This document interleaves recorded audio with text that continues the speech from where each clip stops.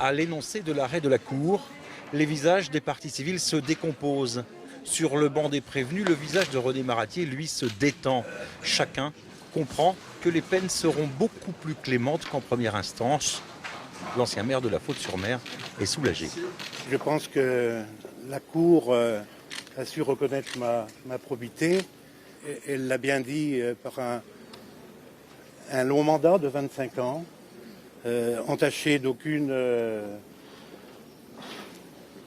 irrégularité financière. Donc, force est de constater que je garde ma probité et la vie sera plus facile.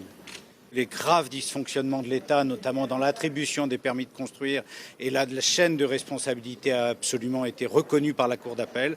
Il nous semble que c'est un jugement d'apaisement et que c'est une décision qui reconnaît encore une fois que c'est dans son mandat de maire que René Maratier a commis des fautes, mais ça n'est pas extérieur à son mandat de maire.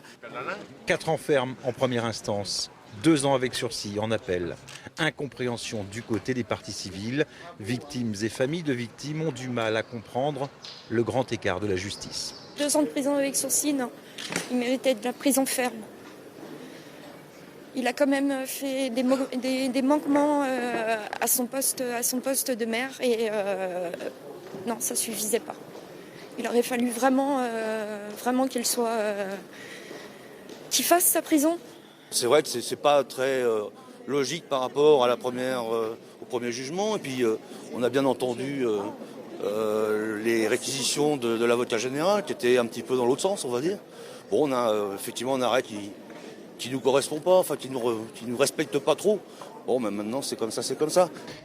Les parties civiles pensaient en avoir terminé avec ce volet judiciaire. Eh bien, il n'en est rien.